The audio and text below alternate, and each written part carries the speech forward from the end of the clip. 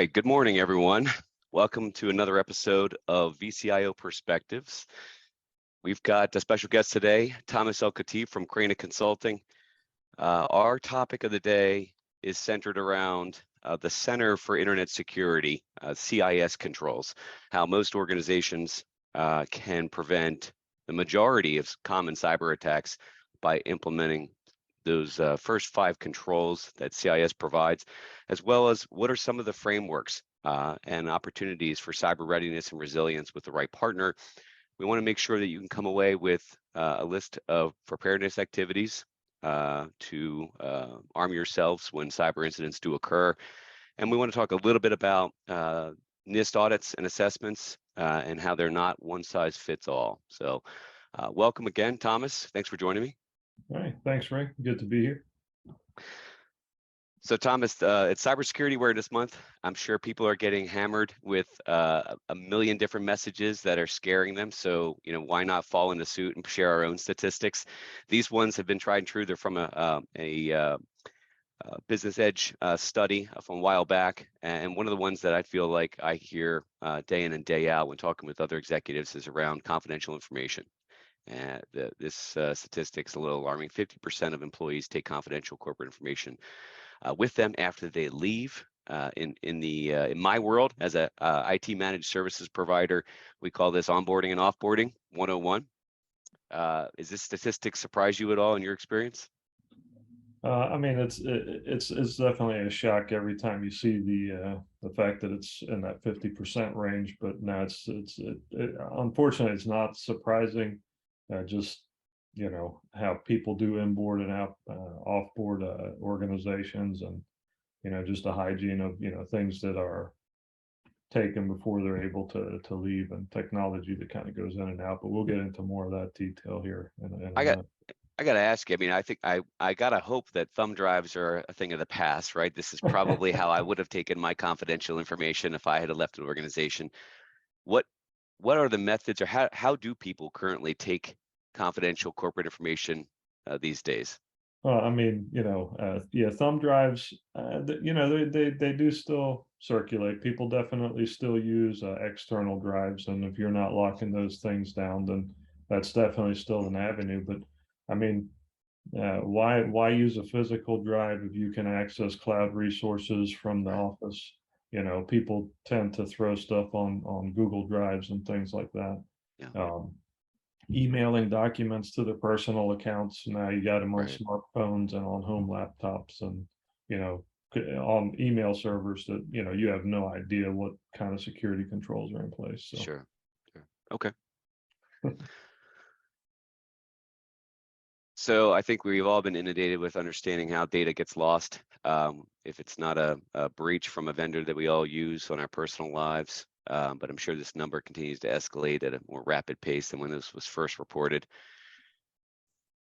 Cloud providers and encrypting data when it's stored at rest. What is, just kind of briefly, what does data at rest security mean? When anytime your data is not in transmission, it's resting on some piece of IT, and if it's there in plain text or without any encryption or security on it, anybody who gets access to that device physically or logically in another fashion, they'll be able to access that data. So when we talk about data at rest encryption or data at rest protections, it means that there's some kind of encryption used on that data, and you would have to have a authentication or a key in order to access the data. So even if somebody took possession of it, they wouldn't be able to easily access, or may not be able to access it at all. Is this something you see cloud providers scrambling to address? I mean, if there's 90% of cloud providers are not encrypting that data in a cloud, and organizations think that data is safe, are they already, do you feel like they're already on that? They've got a roadmap or are they pushing that risk back down to the customers? A lot of when you think about what these folks are selling, they're selling you functionality. So that's where their business is going to be. They want to make it as easy and as seamless to you as possible to access things. So a lot of providers are able to add on these features but you often need to request them or make sure that's part of the contractual agreement you have with them. So yeah, I do feel that with the amount of breaches and the tarnishing of reputations that occurs, some Sure. of the larger names are taking it more serious. But as more providers pop up every day, it's definitely a question you need to ask going in, because they're looking for the lowest cost to give you the most Yeah. functionality. So you're saying ease of use sometimes defeats security? Hold on, I'm shocked, right? Okay, Yeah. gotcha. All right, and the last statistic I wanted to share, 34% of file sharing users admit to uploading sensitive information. Um, this can fall into a number of categories, right? Healthcare information, personally identifiable information, uh, credit card or financial information. Why do you think this happens? Knowing that everyone is so aware that their information uh, is important to protect. How does this still happen these days?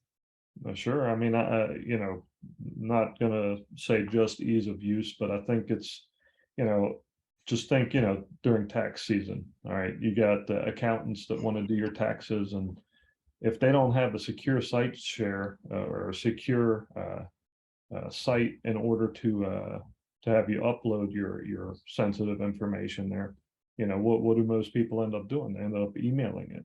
And that's plain text, and now you're uploading to some server somewhere.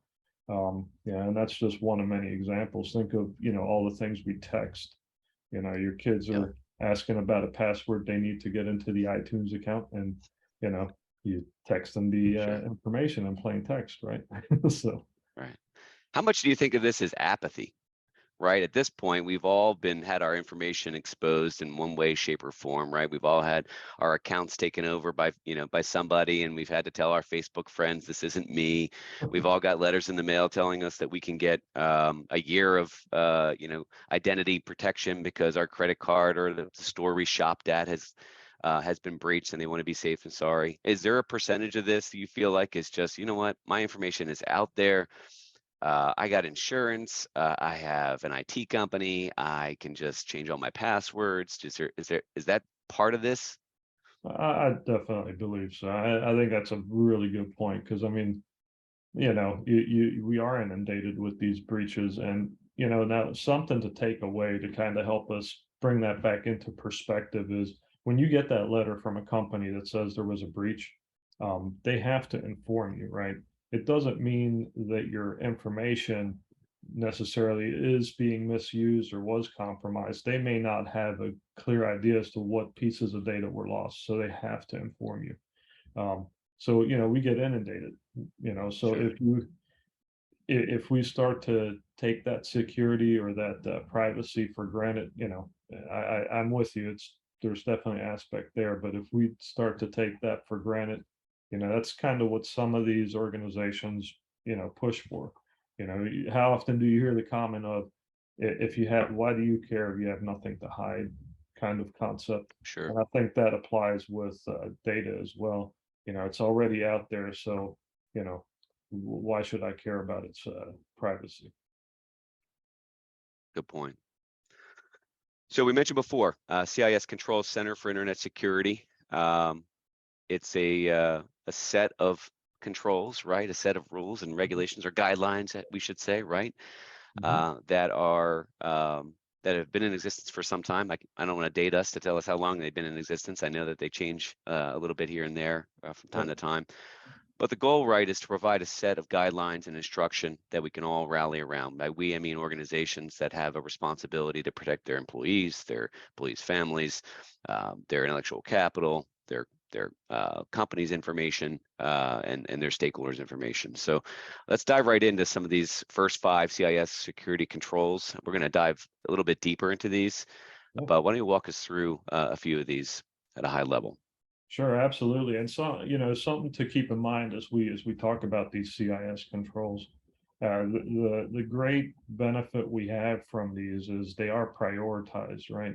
So when you're looking at that list, a community's come together and reviewed, what are, some of the biggest concerns, the biggest impact concerns. that organizations can affect. And let's put them in priority so that we address the first, and then go down the list as we have resources and ability. So, the being able to have the largest impact from the first control and then second largest from the second control is kind of how this is laid out. And the other piece of this is, it is constantly being revisited. So we have controls where, a couple of years ago, they may have recommended one thing, and then it gets kind of adapted to how the IT platforms and environments are changing as well. So kind of going through these, getting a handle on our devices, getting our handle on software, configuring those things securely, then going through and actually assessing the stuff that we have and making sure that, the patches we've implemented are actually taking on all the systems. All right. And then making sure that the access that we provide people, including administrators, are definitely controlled. Right. And then, people always, on the technical side, audit logs can be very overwhelming. There are so many audit pieces that we get. However, it's our systems giving us information to act on, right? So if there was an attempted access on a specific resource, that could give you some insight as to, somebody trying to access information that they don't necessarily should have access to. So, the kind of going through these first 5 and the bonus 6 here from the CSC 20, maps right over into other frameworks as well. Yeah, I love how you put this. I mean, for the non-technical, and I'm going to put myself a little bit in that realm because I'm surrounded by much more technical people. Here's a list of things you should do and in what order, based off of a community, like you said, a community of experts who have years of experience saying, if you just focus on these things in this order, you're gonna really improve your security posture. And it seems like common sense. So let's dive into some of these a little bit deeper. Sure. Knowing what you this area. Inventory of authorized and unauthorized devices. So some of these bullet points seem self-explanatory. Which ones stand out to you are sort of the pieces that may be overlooked? Yeah, so when we talk about inventorying, what we have and what we authorize and do not authorize on our infrastructure, on our networks, within our business processes, right? So it is very quickly overwhelming when you see the devices, and one of the things that I'll share a story. You walk into an organization as a security consultant, and we sit down and talk to the client, and typically we'll get a story of, hey, I go to Ray says, hey, I got these 3 computers and a server. I'll run a scan and I'm like, okay, I see your 3 computers, your server. Then I see 15 web-enabled light bulbs. I see the toaster that's in the break room. I see this switch that somebody decided to plug into their office because they wanted to connect a couple more devices, and the list goes on, right? Yeah. So, how do we really, grapple with this is, all right, let's decide as an organization what we do and do not approve to have on our infrastructure. And that way, your IT folks, in conjunction with cyber folks that may, be there, are going to be able to not only respond, but to actually manage that list, because there's a criteria they can work from, right? So, we see a lot of instances. I think a good example is, Wi-Fi within the workplace to give convenience to folks, and you start seeing all of these personal devices coming up on those networks. So is that authorized or not authorized? Well, it depends on the organization and the policies in place. There may be a guest Wi-Fi, there may be a corporate Wi-Fi that's not open to everybody. So for your IT staff, it's imperative that we have that inventory of what's supposed to be there so they can identify what's not supposed to be there. Good point. Yeah, the Internet of Things have certainly made things more complicated. Yeah, and let me tell you, the scan results, it's made them a lot more interesting. We end up having, there's always a handful of devices where we have to start researching to figure out what they actually are and then try to find them within the building, right? Right. All right, so the next control is around software, which I'm sure has its own sprawl now that everybody can go out and buy their own things and not necessarily install them on networks, but they're web-based. Yeah, so, and I think this is you know, not trying to date myself here, but when the Napster application came out way back, right? And there was this peer-to-peer sharing of music, and everybody's looking for the latest song. You know what? At that time, I was doing a lot of work in network infrastructure, and we started having clients complaining about their networks crashing, and nobody could figure out why. And we started tracking, all right, what software is being run on your network that's sucking up all this bandwidth. And Napster kept showing up, right? So this peer-to-peer software, if people are sharing significant files over it, it can bring a network to its knees pretty quickly. So if we don't have that, hey, here's our approved software, then it's again kind of like with the Wild hardware. West. It's right. It becomes the Wild West, and it makes it really hard for anybody who's supposed to manage that to get their hands around it. So, there's that aspect. I think, you know, when we have access to all these applications now as well, I'll use an example of some of the mobile devices and iOSs. Um, you know, if the organization uses iPads or iPhones, you go out to the App Store and there's an app for anything you can think of, right? So, are you going to allow those things to be downloaded? If that device has, access to corporate infrastructure, you may be introducing apps or applications that, your IT is not prepared for or has vetted, and it may introduce, you know, typically the app stores do an okay job at vetting software, but with the amount of applications that are there, Yeah. it would be naive to feel that things have been perfectly vetted. And even if they have been vetted, is it using protocols or services Right. that you do not want in your environment? So yeah. Yeah, I think speed is to blame to some of this as well, right? I mean, you mentioned there's access to every different type of app. I'm sure there's a business function out there that you're trying to complete that you think there's probably an application out there that'll do this for me. You do your own little Google search, you find an application, you download it. You did maybe a couple scans of the reviews, and all of a sudden you've put a solution into your network because you can do it that fast. Whereas is anybody in a workplace, maybe even working from home and tunneling into your workplace, are they actually going to pause, put a ticket into their IT team and ask them, hey, look, I'm trying to do X, Y, and Z. Can I download this app or not? Do they really want to wait 3 days or 2 days? Or how long is it going to take for somebody to approve this? I should be able to get this thing done and download what I want. But the reality is there's too much out there, and that's too easy to go get on your own.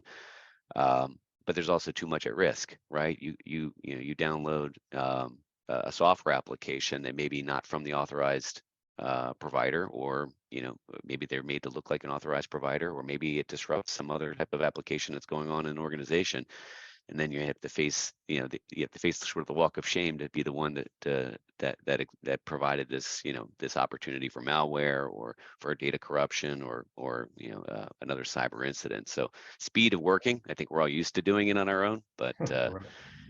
what process or method is in place for that? Check with somebody else first to see if this is going to make or break things. Absolutely. And it's at least here, if a system is managed, you do have some some decent technical controls that Yeah. you can implement in whitelisting. So we can definitely help manage those types of things in the enterprise. However, a lot of this is also awareness and the human piece of training people and making them aware.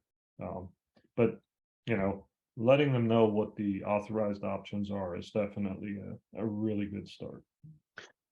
Yeah, and one other aspect, and I think most organizations are having their computers being managed by their company, but maybe the Right. company has a bring your own device policy for mobile Sure. devices, right? Where you're still accessing sensitive information, and if your phone gets compromised because you're doing whatever you want because it's your phone, that can also provide another gap in the security protocols. So I think that also kind of adds an interesting component to software.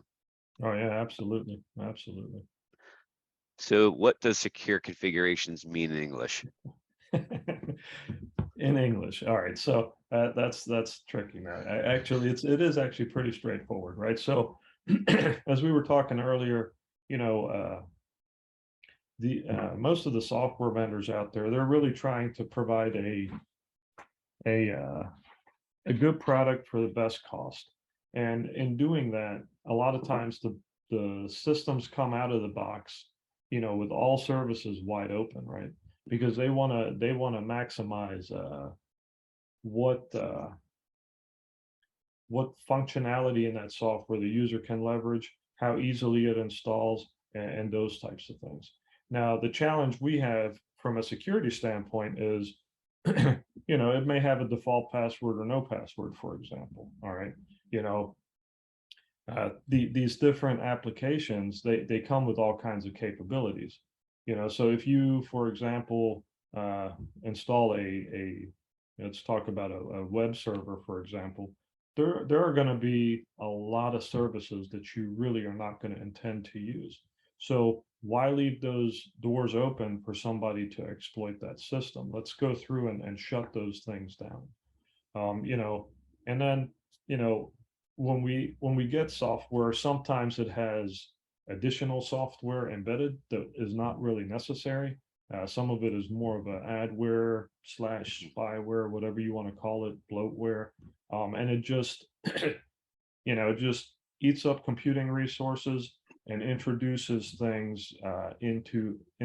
risks into the organization that are really not necessary. So, it's just, let's take the software we want to use, and let's trim it down and secure it to where we're really getting the benefit of what we bought, and we're not open to the threat of the components of that software that we aren't intending to use. um, so again, it becomes that balancing act is really what Sure. it is, right? And I imagine the software providers are not going to right out of the gate. Let's say a company buys a piece of software. Uh, those providers of the software want maximum use of the solution, right? All the automatically enabled add-ons and bloatware that you talk about, they're not necessarily going to openly volunteer that you start from a more conservative, restrictive posture, right? Absolutely. Instead, that's sort of where your IT team or your IT partner are going to look at the software, and they're going to look at it from a different lens, and they're going to ask around specific questions that may appear in other parts of the organization, where restricting at the beginning is going to actually save money in the long run, because at some point in life, someone's going to come knocking for security audit. And that security audit is going to reveal that excessive access or information is being shared, and then you need to go back and restrict it. And you might have to go backwards, right, in time, or make up for what's been already revealed. So why not start from a more restrictive position, right? Right of least privilege is sort of where I'm headed, where we tighten things up, and then when asked for or needed, you start opening up, that access to different things. But I think you touched on a really important step here, right? Some of these things are not straightforward. Okay, so going through and identifying the services and disabling those services, disabling them in an administrative way to where they won't just restart on the next reboot, or won't just be able, somebody can Right. easily enable them without the right credentials. So this is definitely an area where the IT staff or whoever you're working with needs to have a good understanding, because that's really how this stuff stays intact. Is when we do these secure technical implementation guides and all these different things that we do for organizations and government agencies and stuff, that's really where it spells those things out. And having that stuff clearly identified, and you Yeah. know, And documented, right? Documented in a secure, safe absolutely. place so that it doesn't become something that transfers when people leave, that it's easily implemented across an organization. I mean, it's kind of Yeah. our part of the world, which is, once protocols are agreed upon, we have to have systems and documentation in place to make sure that they can be easily managed and maintained Oh, over a course of time, which oh, becomes part of an 100%. organization. 100%. I mean, you always have that lottery effect that you got to be watching out for, right? If your top person there wins the lottery and decides to not come back to work the following day, who's going to pick up from there? And Yeah. if all that knowledge is just something that they know, then you're kind of starting over from scratch. Except, now you got to figure out what has and hasn't been done. So For it, somebody that's spent over 20 years in security and seen the worst of things, I love your optimistic perspective and your analogy of the lottery effect versus the old hit by the bus. So I can appreciate that.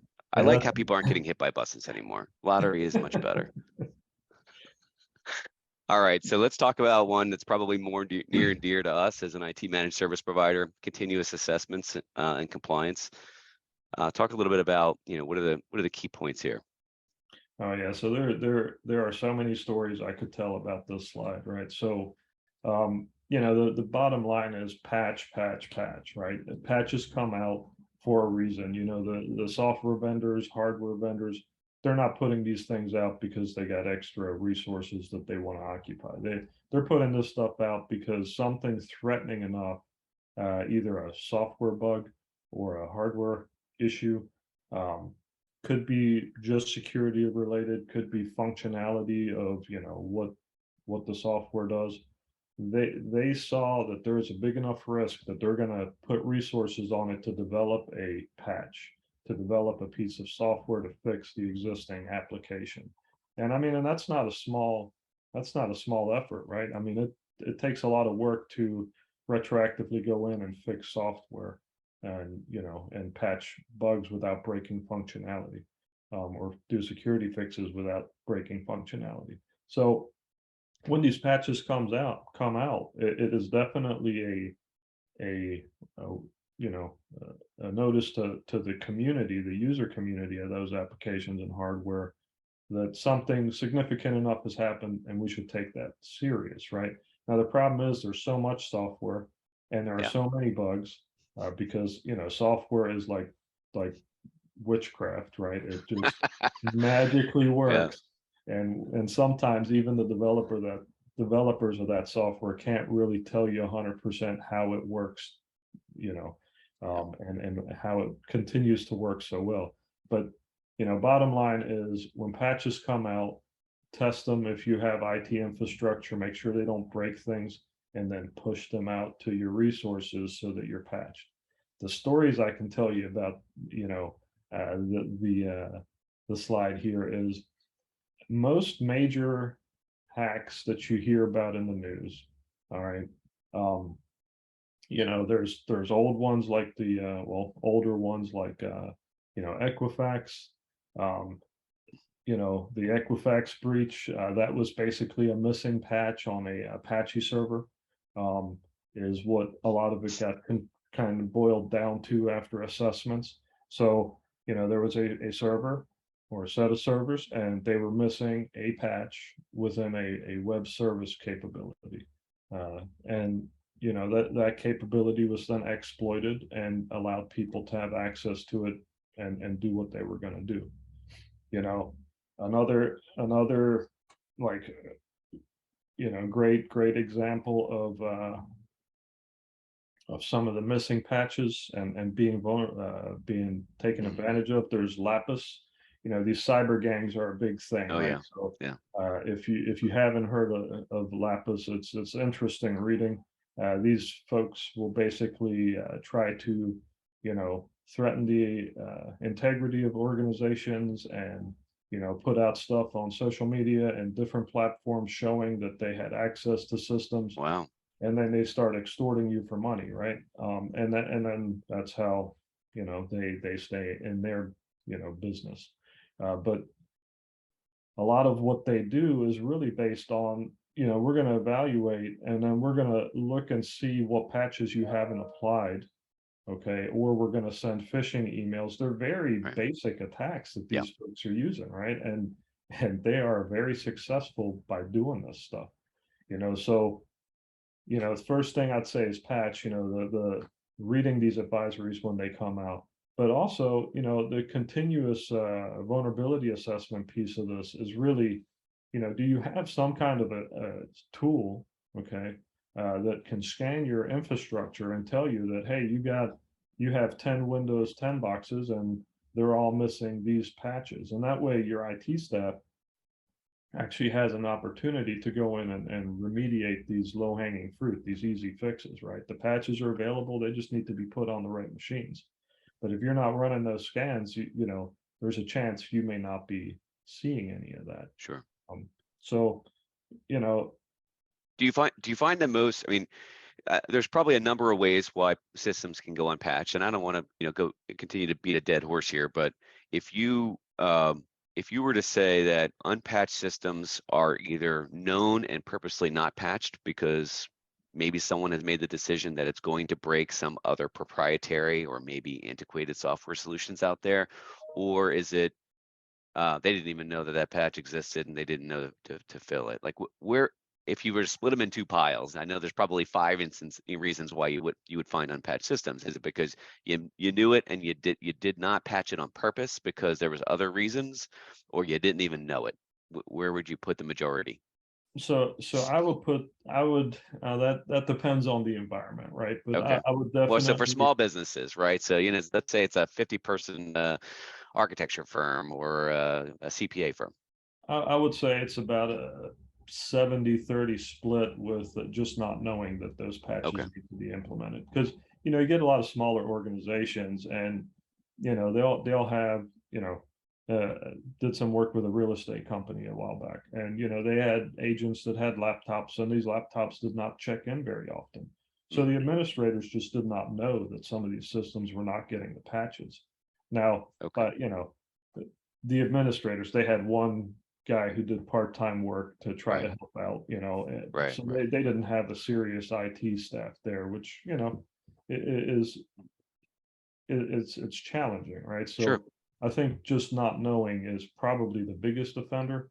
And to the other point, something, if you have these legacy applications that you have to work with and you can't install certain patches, as a security engineer, that's really, we do a lot of business in that side of the house, right? We work Yeah. with a lot of people on those things because it's okay, you can't patch it.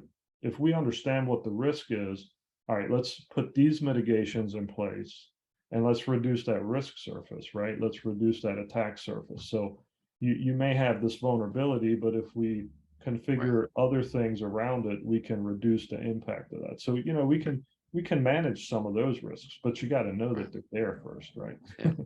Right. Well, I mean, and this one being near and dear to us, being proactive and doing continuous auditing is really the most important piece, right? It's knowing where the vulnerabilities are. Some of the parts of the audits and compliance, those best practices change.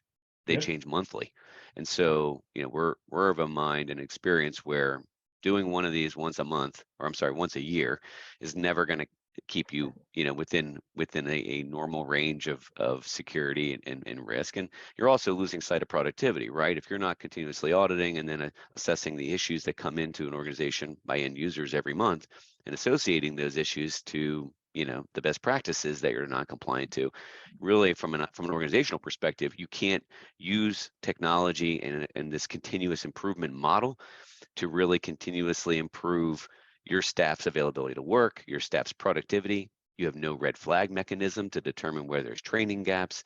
And yeah, probably more importantly, if they're not reporting issues because nothing's getting solved from the root cause, there's workarounds being created, right? Um, there's absolutely. people using systems that are unauthorized, and it goes back to some of the other controls that we mentioned as well. So the Yeah, and continuous, I'm glad yeah, I'm glad you brought up like best practices here, right? Because again, like we mentioned earlier with documentation, having some of these basic things documented is huge. And when as you said, you know, running a scan is one thing, but actually acting on the details right, of that scan, having staff that know how to do that is another. So kind of like not knowing is the first problem, then you get Right. to know. So then how are you going to remediate as you identify that? Precisely. Yeah. Okay. So controlled use of administrative privileges. I'm sure this is a hot topic for a lot of small businesses, where maybe there's some access floating around there that maybe needs to be reeled in. No, absolutely. I drive my wife and my kids crazy with even on the home computers, you have a user account and you have an administrator account. Okay. When you're doing your homework, when you're doing, just regular tasks, log in as a user. And they're like, well, that, but then I want to add a printer, I want to do this or download a piece of software, and then I have to log out and log in with this other account, and that's just a pain. It's like, okay, but if you click on the wrong link and it has a piece of malware attached to it, when you're a user, it's going to say, hey, sorry, you got to be an administrator to run this. So you have an opportunity there then to make a better decision, right? Yeah. But if you're logged in as administrator and it's, Yeah. It's kind of like hitting the delete button and nothing ever pops up saying, hold on, are you sure you want to delete this? There's exactly. no warning. It's just done. Yeah. Yeah, so if you're misusing your admin privileges, and I deal with this on almost Yeah. I won't say daily, but definitely a weekly uh reoccurrence with different people in different organizations where they why are for example, I'm the administrator on a system, why can't I open a web browser? Well, because you're logged in as the administrator. If you want to browse the web, log in as a user. So we kind of work with them to get things where they need to be. But most seasoned administrators, they know they got to download their patches, make sure those patches are what they say they are, and then they log in as administrators and they implement those patches. So we really do need to make sure that we use the least privilege possible when we're doing our different tasks, and doing stuff like keeping our passwords up to date if we're using passwords, making sure they're complex enough, keeping longer passwords, adding in some special characters, uppercase, lowercase numbers, and all the different mixes we talk about. And some of that is, dictated by the system. Some Sure. systems do not take special characters and stuff like that. But make it as complex as you can. Try to make sure it's something you can remember, um, and and take advantage of those easy steps we can do to prevent a lot of serious issues. Yeah. From an easeability standpoint, password secure authorized password managers and um, authenticators to help with two-step authentication. I feel like those two different tools out there have helped bring these standards, closer in line to where they're at, right, where they need to be, right? We've all been dealing with two-step. Thomas, you and I worked in the government space for years. Yeah. We walked around with two-step authentication on our hip, right, on our very slick belts, and we pull it out and we have our cards that we used to only get on our computer. We have our our old fob that would change digits, and people are so accustomed to this at this point, with being able to get in their banks. There's just systems out there are no longer even tolerating not having two-step authentication to verify you are who you say you are, just because it is a lot easier now with these authenticator apps, and with password Absolutely. managers. Yeah. And I think with the authenticator apps and some of the more attainable solutions, especially for small business, you're not being asked to cough up several Right. $100,000 to get something started. It's Oh yeah, you can literally get things started for a much easier entry point. I agree. Yeah. Okay. So I think this is the last of it. This is maintenance, monitoring, and analysis of audit logs. You mentioned that audit logs can be a little bit daunting. So from a high level perspective, what does this mean, and where do you see opportunities for organizations to shore things up? Sure. And I think this slide kind of sums it up nicely. With audit logs, they are if they are a really good indicator of where things are and what's being done on your infrastructure. Now, one of the keys, especially in forensic work, but also for the IT staff, is that you're using some kind of time protocol, right? So if you use a NTP or a network time protocol, all it means is that the systems on the infrastructure are getting time from the same clock. Okay, so we're all on the same time. That way, if an audit log is time stamped and it says, hey, at 11:35, Ray logged into the server, then it'll match up with the other pieces in the infrastructure.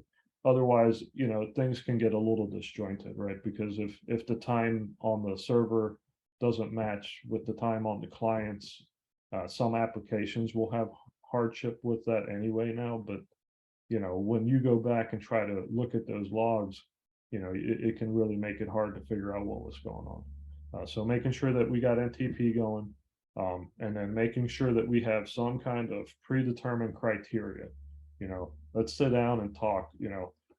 What do we care about? Do we care if somebody's trying to, gain access into the financial side of the house? Do we want to make sure we're alerted if people who are not on the approved Right. list are trying to access these folders? So setting out some criteria, and then the administrators know what they're looking for, and as they and to help with the logs, there are a lot of tools and stuff out there that help weed out the nonsense and put things together for us. So, but yeah, it's very important stuff. All right. Well, I know we've covered a lot. I want to take a pause, ask those that attended if they've got any questions they want to ask Thomas. We've got a few more minutes. Go ahead and plug them into the Q&A section of the webinar. I do have one that came in, and actually this speaks to one of our educational goals today around NIST. I know there's a lot that we can talk about NIST, Thomas, and there's not enough time probably in a day to cover it all, but briefly, question was, is voluntarily implementing the NIST cybersecurity framework as a small business, is that overkill if you're not required to? And just briefly, for those that are not aware, what's the NIST framework? Why does it exist? And then to answer the question, if you don't have to, based off your organization, is it overkill? So as a cybersecurity person, I would say absolutely not overkill, right? Now, as a small business owner, it then becomes a question of, how am I going to tackle the controls? Because there are a lot of them.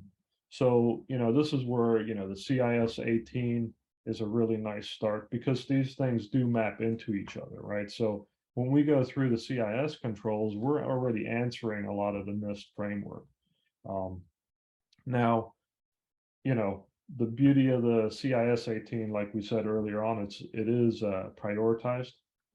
So kind of addressing those items, taking the cybersecurity framework from NIST, and seeing the mapping. And there's definitely tools out there that help map those things. It is by no means an overkill. I think it's more a matter of chunking it out so that you're doing the high priority items, and if the resources permit, you go to that next lower priority. And over a matter of a year or two, you can really start to have touched all of those controls. So doing it in bite-sized pieces for the organization and giving yourself the time to get through them, I think is key. And then as you have gone through them, now it's just reviewing them on a periodic basis and making sure they're still up to date. But there is a big return on investment. And just before we move on from this question, one other thing I'll throw in there is, for anybody who has if your business has any type of insurance that deals with covering breaches or compromises or any of that type of stuff, I don't want to call it cyber insurance, because it's not that easy. You kind of got to get what you get depending on your business model. A lot of these agencies, these insurance agencies, will respond a lot differently if you can say, hey, I've done cybersecurity assessments. I have these controls in place. We were doing our due diligence. So, we're making a claim here, not because we were being negligent, but because something actually happened. Sure. So, no, that's a great point. One of the questions that came in, not to move off of NIST too quickly, is around smishing. We're experiencing smishing. How do we stop that? That's the question. So, smishing, a type of bad actor intrusion, right? Phishing, everybody is aware of emails coming in, the text messaging that is Yeah. starting to proliferate around phishing. I know I'm starting to experience it personally. I've got family members that are experiencing it. Suddenly, something weird has happened, right, over the time. Thomas, we're going to talk like a bunch of old guys now. You and I work off of email every day, but email is starting to become a thing of the past for, I'll say, my 75-year-old mother and my children, who don't look at their email at all. They look at their email as if it's the old mailbox where it's junk mail. So Look, the only reason I keep checking my email is because you're sending me emails, Ray. so the targets have moved a little bit, right? So Right. because people are not going, working daily out of this idea of, getting their inbox to zero, unless you're still out there, good for you. So the attacks of phishing attempts are starting to fall on deaf ears. And so now the attacks are coming onto personal devices through texting. So, Sure. simply, can you kind of explain what are some of the modern things you're seeing out there when it comes to smishing, and how do you arm yourself against it? Sure, and I think it's a great question, right? Because I feel that smishing is definitely a little bit more complicated than phishing, right? We've been taught on email, especially like, for example, in the government, emails come in with digital signatures, and if there's not a digital signature, then we get very skeptical. So we have these like very basic, quick checks that start to weed certain things out. And plus, you have something to keep in mind with phishing and some of these technical slash social engineering attacks, um, is they're playing into your emotions, right? So if you get a panic text on your phone from somebody who says, "Hey, hey, your kid's with me and the car broke down, blah blah blah. We got to pay for a tow truck. Click on this link." Just kind of making something up. But these social engineers will try to tap into your panic state Sure. so that you don't give it too much thought and you tap on whatever link is in there, right? So, I think the some of the platforms are getting a little bit better about allowing us to block, allowing us to report junk text. Right. Because the problem with blocking is, okay, I blocked this phone number, and then Yeah, it it's comes going to come from from a another phone different number. phone number, Sure. right? So they just rotate those numbers faster than we can block them. Yeah. And we're probably a lot of folks are probably seeing a lot of this, with the different natural disasters that have happened, with different events that occur, Yeah. politics, all kinds of stuff. You get all these text messages now from different organizations. So how do we vet that? How do we know that it's the Red Cross, that's Right. sending me a message asking for a donation, or is it somebody just trying to scam me out of some money, right? So, one of the challenges really is we're a little bit at a disadvantage because we don't have as much capability on stopping smishing as we Yep. do phishing at this Sure. point. Some of the vendors are starting to step it up a Yeah, the little tools bit. are starting to catch up, but the same Right. principles apply, right? Absolutely. We run a security awareness training program through a leading product, and it's 90% related to incrementally teaching people the right things to do, right? 10 years Absolutely. ago, maybe it's more than that. I think it's probably more, about 12 years ago, Cybersecurity Awareness Month became a thing, and there was this effort to educate young Americans and old Americans around, the cyber risks that entail with being online. And they ran a campaign around stop what you're doing, think about what's going on, right? Look at what phone number's coming up, look to see if this is a legitimate request, and then connect separately, right? Call the CEO or whoever it is separately. Send an email separately from that message.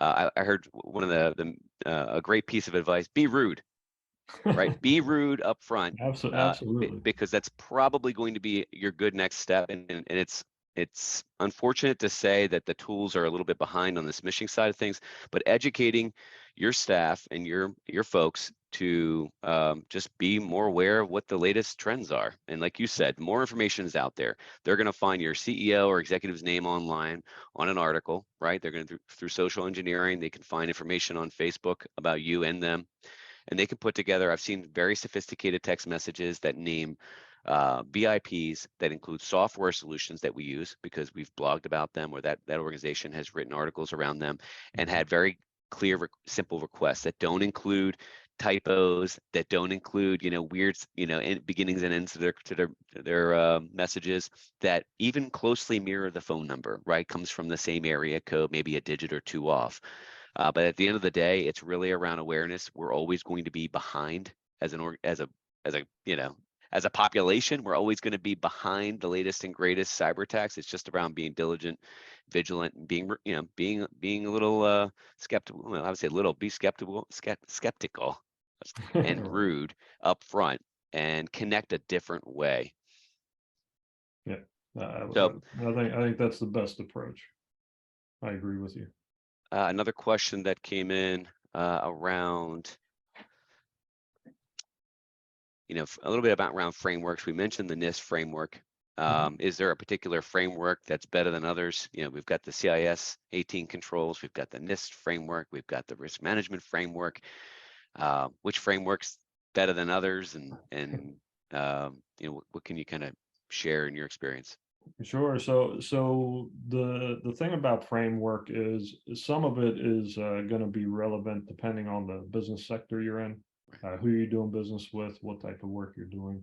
And not to keep harping on the CIS 18, all right, those are probably the best to start with, because it is, in my opinion, it's one of the more approachable set of controls, and it is easier to get started with. Now, the other piece of this is it easily, or it's well mapped into the other frameworks, right? So if you're putting effort into the CIS 18, you're not wasting any effort, because if you end up going into the NIST framework, if you end up doing, if you have some kind of defense federal acquisition regulation stuff, the DFARS, now the cybersecurity maturity model stuff, the CMMC, as that's coming online, and people are doing these self-assessments. Some of these frameworks and how we secure ourselves and how we assure that we're meeting the requirements are definitely sector specific. But with the CIS 18, you do kind of feed into what it is you need. I think they even have mapping into like PCI DII compliance, or DSS compliance. So you can, it's even for payment systems. It's a lot of this stuff is relevant. So that's the framework I would start with. I appreciate that. What I love about what you said earlier in the webinar was that there's a community of technology professionals. They have come together over the years and produced a list of controls in the order in which they should be done. But by and large, those controls and best practices are very much the same. There are some additional pieces of controls that come out of different frameworks, but at its core, the most important pieces exist in most in almost all the frameworks you see out of there. But starting with, what are the regulations that your business or your association or your nonprofit organization or your small business, if you're doing work with the government, what requirements exist out there from either your insurance providers or from your stakeholders or from your charter, that are truly a requirement. And by and large, you're going to see a lot of the same best practices listed in there. So you're not only going to meet the criteria for that regulation, but you're going to do what we've been talking all about, which is continuously trying to line up the best practices and improve over time, right? Nobody's going to run out here and implement all 18 controls in 30 days, nor is it affordable or realistic. But the fact that you know what those are, and you know where you stand, and then you know in what order you should be attacking those risks, is really the most important takeaway. Yeah, absolutely. And I think one of the comments I would add to the frameworks is it is imperative that you have a actual cybersecurity type program. It doesn't have to be over the top, but I mean, having a program, having a process in place, having people who are responsible for these different different components, and actually have the time and the resources to make those things happen. That is huge. Yeah, with technology hitting all departments, for small businesses where they're, wearing 2, 3, 4 hats, IT is no longer a part-time gig. At this point, it's touching everybody, right? People are making Right. buying decisions on software and solutions. They're making business decisions where, having a technology team or a partner to lean on or a consultant to lean on to help make good decisions and also just keep things in line from a security position standpoint is something that we're seeing the evolution of information security officers and chief information officers as a strategic component to the smallest of businesses. Yeah, absolutely. And it allows it, one of the big side effects of that is it starts to actually institutionalize a lot of these practices. So they become organic to how we do business versus an add-on at the end. Yeah, yeah. It's less disruptive as well. Absolutely. Well, we've reached the end of our webinar. I think we've addressed all the questions here. Actually, somebody had asked where they can get a copy of the slides and recording. Everyone who had registered will receive a copy of the video and the slides via email, and then this recorded webinar will be available on YouTube shortly. Thomas, anything else you'd like to add? No, just I appreciate everybody who came to listen in. I think it's the awareness of this stuff is very important, and October being Cyber Awareness Month, it's good timing for it as well. So yeah, thank you for all the participation and the questions. Certainly, thank you. For those that are interested, we've got our next webinar next month is around jumpstarting your annual IT budgeting and planning. Certainly a timely exercise for most organizations as they get into strategic planning for the new year and trying to make sense of and make their IT budgets come together a lot easier. So please join us on November 16th. Registration's available now. Thanks again, Thomas, for joining us. Stay safe out there. Yeah, thanks for having me. Take care. Take care.